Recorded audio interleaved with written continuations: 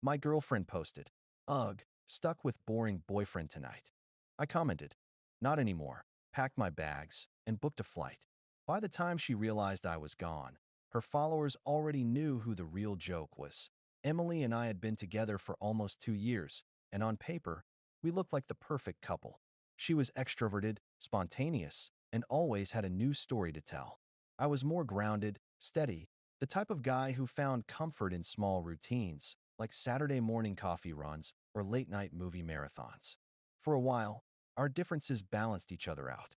But over the last 6 months, I started to notice a shift. The girl who used to laugh at my dumb jokes and fall asleep with her head on my shoulder now seemed glued to her phone, scrolling endlessly, recording TikToks, and snapping candid selfies. Whenever I'd ask her to put it down for a while, she'd roll her eyes and say things like, "Relax, it's just social media. This is how people connect now." The truth? It felt less like she was connecting with people and more like she was performing for them. And in that performance, I was being cast as the boring boyfriend she tolerated rather than the partner she once adored. At first, I tried not to take it personally. I told myself it was just a phase, that maybe she was stressed from work or restless because she wanted more excitement. So I doubled down on effort.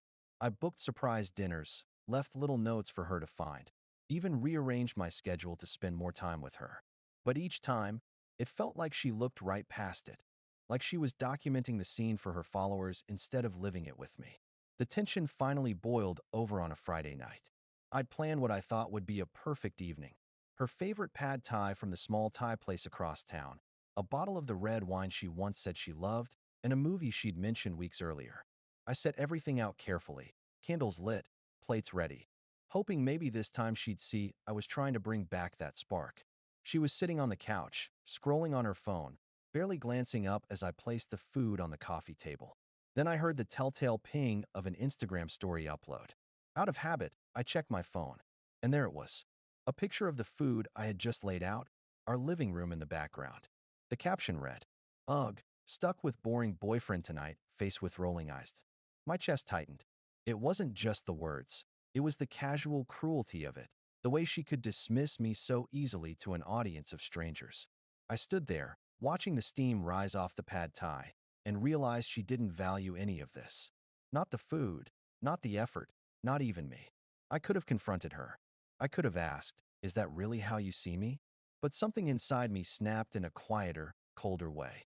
Instead of blowing up, I opened Instagram, tapped reply, and typed two simple words. Not anymore. She didn't notice right away. She was too busy refreshing her feed, waiting for likes and laughing at comments. But I didn't stick around to watch her reaction. I walked into the bedroom, pulled out my small suitcase, and started packing. Just essentials: jeans, shirts, my laptop, chargers, toiletries. I moved deliberately, calmly. When I was done, I set her spare car keys neatly on the counter by the door, right next to her sunglasses she always misplaced. A quiet message that said, "This chapter is over." Then I booked myself a weekend getaway to Miami. One ticket, a flight leaving in just under 3 hours. By the time I was in the Uber, she finally noticed. My phone lit up with texts. "Emily, what does that mean? Not anymore? Where are you going? Why are my car keys on the counter?" 10 calls came in before I even reached the airport. By check-in, it was 20. I didn't answer a single one. I just turned my phone to airplane mode, took a deep breath, and for the first time in months, I felt something that had been missing all along: peace. When my plane landed in Miami, I did what I rarely ever do. I left my phone on airplane mode. I wasn't ready for her noise. I wasn't ready for the guilt trips, the crocodile tears, or the gaslighting. Instead, I grabbed my bag, walked out into the humid Florida night, and let the air hit me like a baptism. I felt lighter, almost dizzy. I checked into a small hotel on Collins Avenue, 1 block from the beach. Nothing fancy, just a clean room with white sheets and a balcony that faced palm trees swaying in the evening breeze. For once, I wasn't rushing to please anyone. I wasn't cooking dinner, waiting on the couch, or listening to someone sigh dramatically because their Instagram story wasn't getting enough likes. I was just me.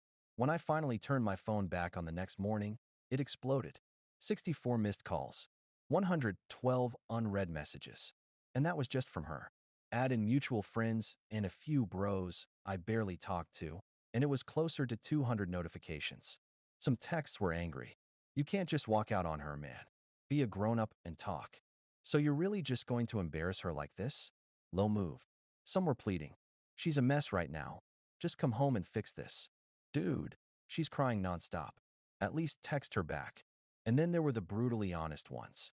Bro, you did the right thing. She's been clowning you for months. Honestly, we were wondering when you'd finally stand up for yourself. I didn't reply.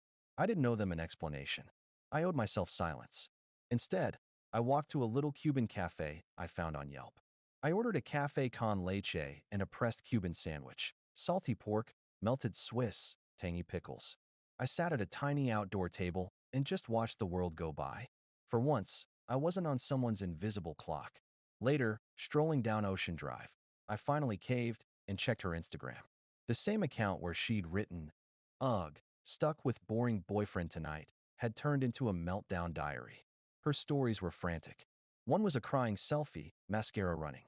Caption, "Men don't know how to handle a real woman loudly crying faced." Another was a rant. "He left me with no explanation. Everyone's turning against me." Then a black screen with white text. "Some people don't deserve loyalty." But the comments under those posts? Brutal. People called her out. "Didn't you just clown him last night? Girl, you embarrassed yourself. You played the victim too many times. Now no one's buying it." By the end of the day, she set her profile to private. I almost felt bad. Almost. That night, I joined a rooftop bar crawl hosted by a hostel nearby. I wasn't there to hook up, but I wanted to feel human again. I ended up talking with a group of travelers, a couple from Denmark, a solo backpacker from Brazil, and two college friends on spring break. We shared drinks, laughed at stories, and nobody once made me feel like I was boring. It hit me. I wasn't boring. I was just with someone who needed drama to feel alive. The next afternoon, sitting poolside with a mojito in hand, I finally listened to one of her voicemails. Her voice cracked between anger and desperation. "How could you do this to me? You embarrassed me in front of everyone. People think I'm the bad guy now. You ruined my life for no reason. Call me back. Please." It wasn't about love. It wasn't about us. It was about appearances. That voicemail was the clearest mirror she'd ever held up to me. And I didn't like what I saw. Not in her. Not in myself for tolerating it. By the time my plane home took off on Sunday night, I had made two decisions. I wasn't going back to her apartment. I wasn't going back to being the guy who let someone else define his worth. The view of the coastline disappearing beneath the plane was more beautiful than any anniversary gift she could have ever given me. Update 1. When I landed back home late Sunday night, I felt strangely calm. Miami had scrubbed something out of me. The salt air, the sunlight, the laughter of strangers. It was like a reset button had been pressed. But I knew the storm waiting for me was going to be loud. Sure enough, when I stepped out of the airport, I had another dozen missed calls. Same unknown number over and over. Probably her using a friend's phone after I'd muted hers. I didn't go to her apartment. I went straight to mine. The spare key she'd had? I'd already texted the landlord from Miami and asked to change the locks. Best $80 I ever spent. Monday morning, I woke up to banging on my door. Not polite knocking, pounding. I knew it was her before I even looked through the peephole. She was a mess. Hoodie, hair tied up, eyes swollen. As soon as I cracked the door, she shoved her foot in the gap. "Why are you doing this?" she demanded, her voice already rising. "Doing what?" I asked calmly. "Leaving me. Making me look crazy in front of everyone. Do you know how many people are asking me questions?" That line told me everything. It wasn't about us. It was about how people saw her. Always the image, the narrative, the story she could tell on Instagram. I didn't argue. I stepped back, opened the door wider, and gestured toward the kitchen table. "Your stuff is boxed up. You can take it." She looked stunned.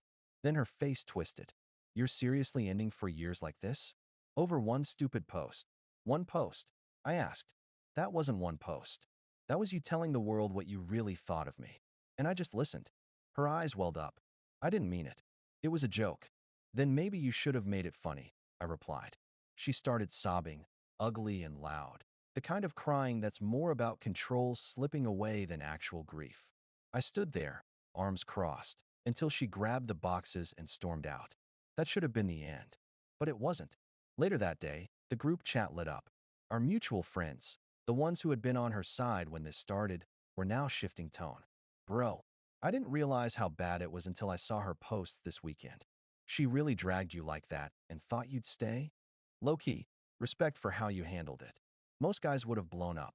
Even her best friend, the one who had always enabled her drama, messaged me privately. She crossed a line. I told her that too. Don't let her guilt you back in. It was surreal. For years, I had felt like the quiet, background character in her social circle, the stable boyfriend people tolerated but didn't think much about. Suddenly, the script had flipped, and she knew it. That night, I got a series of texts from her. Can we talk? Please. No cameras. No drama. I messed up. I was insecure. I lashed out. You know me better than anyone. I'll delete my account if that's what it takes. Just come over. I didn't answer.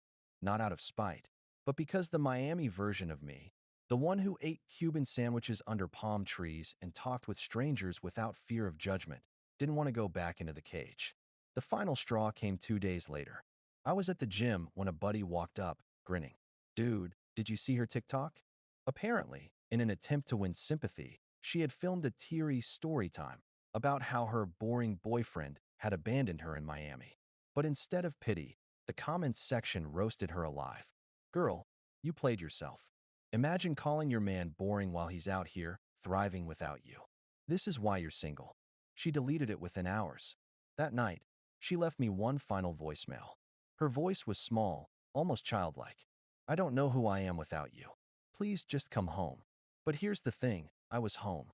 And I realized, with absolute clarity, that I hadn't felt at home with her in a very long time. By the end of that week, she stopped calling. Our friends had stopped defending her. And I started feeling like I had just walked out of a long, foggy tunnel into sunlight. The irony wasn't lost on me. She called me boring, but the second I started living for myself, I became the most interesting man in both of our stories. Final update that it's been about 3 months since the night I walked out of her apartment, left her car keys on the counter, and booked that flight to Miami. Looking back, it feels like that decision split my life into before and after. Before, I was the guy who tolerated being mocked in front of strangers, who carried the relationship while she curated her perfect life online, who believed being stable meant being boring. After, I'm the guy who knows his worth and who's finally living on his own terms. The first month after our breakup was messy. She tried every angle to reel me back in. One week, it was rage. You're pathetic. You'll never find someone like me again. The next, it was pity. I'm depressed. I can't sleep. Don't you care? Then came manipulation. Everyone thinks you're cruel. You're ruining my reputation. But the problem was, she had already ruined it herself. Our mutual friends had seen enough. They knew what she posted, how she belittled me, how she expected me to bankroll her lifestyle while feeding off drama. When she started spinning stories about how I abandoned her, most people stopped listening. A few even told me outright, "She's toxic, man. You did the right thing." For the first time in years, I wasn't defending her behavior to others. They could see it for themselves. Meanwhile, I leaned into rediscovering myself. I signed up for a photography class, something I'd wanted to try but always put off because she thought it was lame. I started running again, not to chase approval, but because I liked the rhythm of my feet on the pavement. I also reconnected with old friends I'd drifted from during our relationship. One night, at a bar, a buddy said something that stuck with me. "You're laughing again, man. I haven't seen that in years." That's when I realized I hadn't just lost her. I'd lost myself somewhere along the way. And slowly, I was finding me again. Around 6 weeks post-breakup, she showed up at my building unannounced. She'd dyed her hair, maybe to look new. She stood in the lobby, holding a bag of takeout from my favorite Thai spot, her eyes wide and watery. "I'm sorry," she said. "I get it now. I'll change. We can fix this." I didn't yell. I didn't gloat. I just shook my head and replied, "No. You didn't lose me because you posted one story. You lost me because that story was who you really are." She froze. Then, quietly, she whispered, "But I chose you." I sighed. "No. You chose the version of me you thought would never leave. That's gone." And I walked away. Word eventually got around that she'd tried dating again, bouncing between guys from apps. But her reputation followed her. Screenshots of her boring boyfriend post had circulated in our social circles. People didn't see her as the witty, independent woman she liked to play online. They saw her as the one who mocked the person who cared for her most, and then cried when he stopped. By the 3-month mark, the calls had stopped. She disappeared from most socials, only popping up occasionally with vague captions like, "Healing Journey Sparkles." As for me, I went back to Miami, this time not to escape, but because I wanted to. I booked a longer stay, brought my camera, and wandered the streets like someone who finally felt alive again. Here's what I've learned. Sometimes the loudest breakup isn't the one with screaming, smashing plates, or dramatic speeches. Sometimes it's silence, walking away without fanfare, letting your absence echo louder than any words. She once said I was boring, but the truth is, peace isn't boring. Respect isn't boring. And building a life where you don't have to beg someone to value you, that's the most interesting thing I've ever done. Now, when people ask about her, I don't rant. I just smile and say, that chapter's over. And it is.